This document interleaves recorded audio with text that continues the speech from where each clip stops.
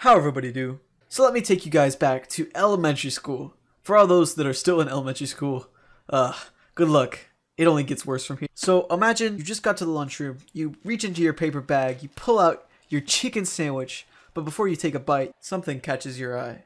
The kid to your right has already whipped out his gummies, bro. He's going hard. You know, like those gummy first type of guys. First he goes for the leg, then the left hand, and pretty soon there's just a head lying there on the table.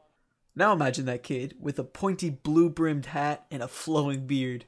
Yeah, I gotta confess, that was totally me as a kid. I may no longer mutilate my gummy bears, but ripping things to shreds never really stopped. Let's just say I have a lot of minifigure hands lying around. So if you're like me and have several severed appendages, I pulled together tons of different techniques and ways to use the minifigure hand. Oh, and before I get too far ahead of myself, this video is in collaboration with Peter's Pieces. He kind of inspired the whole single part techniques video with his part hacks series. Really, you guys should right now just unsubscribe to me and go subscribe to him. Peter's video seems like it's gonna be pretty cheesy, so what are you doing here? Go watch it. Alright boys and girls, here's the minifigure hand in action.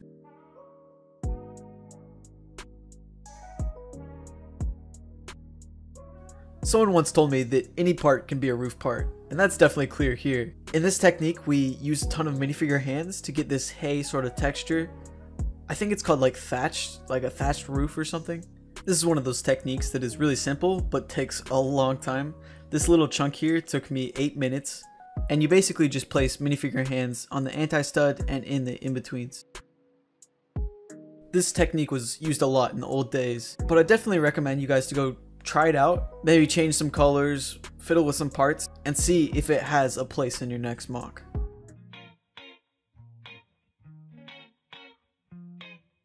Speaking of old techniques, this is the minifigure brickwork hand thing, and I explained it first in my walls and floors video. Basically, you just get a lot of tiles and place a lot of hands in them, and then start stacking. Pretty soon, you'll have a flexible, bendable wall that you can shape into full buildings or towers or anything you could imagine. There's actually a lot you can do with minifigure hands when it comes to accessories. Take this Gandalf minifigure here. Okay guys, I'm not that stupid. This ain't Gandalf. This is Gandalf. So the guy on the left has the average run-of-the-mill staff. It has like these angled bits, but it's just wood, you know. But the guy on the right, yeah, he's got the bling bling, know what I'm saying? Like, he has this like jewel coming out, this ring on top, and that's all due to this black minifigure hand. Helps connect everything together. If you're a space guy, I got you covered. Here's a quick little walkie-talkie for the spaceman. You know, sometimes you just want a walkie, and then you got a talkie. Here you got your boy hosting this slick looking gun. Now I used to do this all the time as a kid, but seeing it here,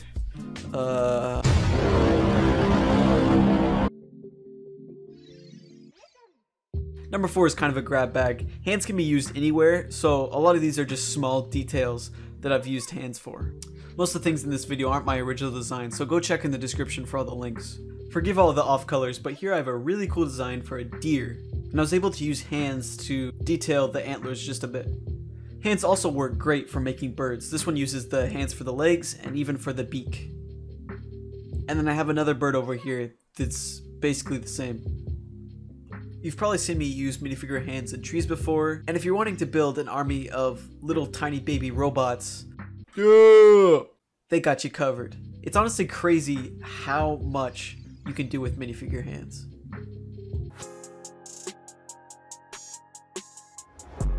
Alright, here we go, number 5. So what we got here is this like stitched rug.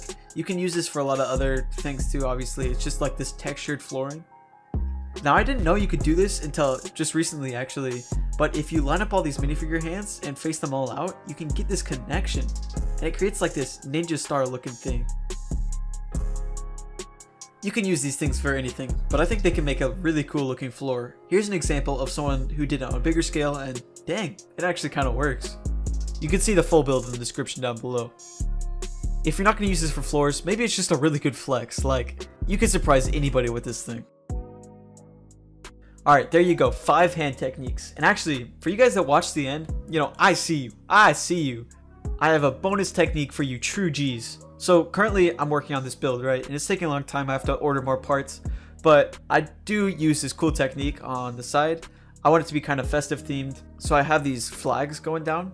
And there's this cool technique where you can clip a tile to a hand, and then there's just enough space for you to fit the string through.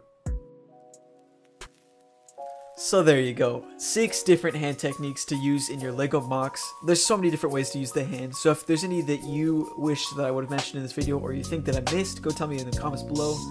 Also, don't forget to check out Peter's video. I know Christmas is coming soon, so Merry Christmas. Goodbye. See ya.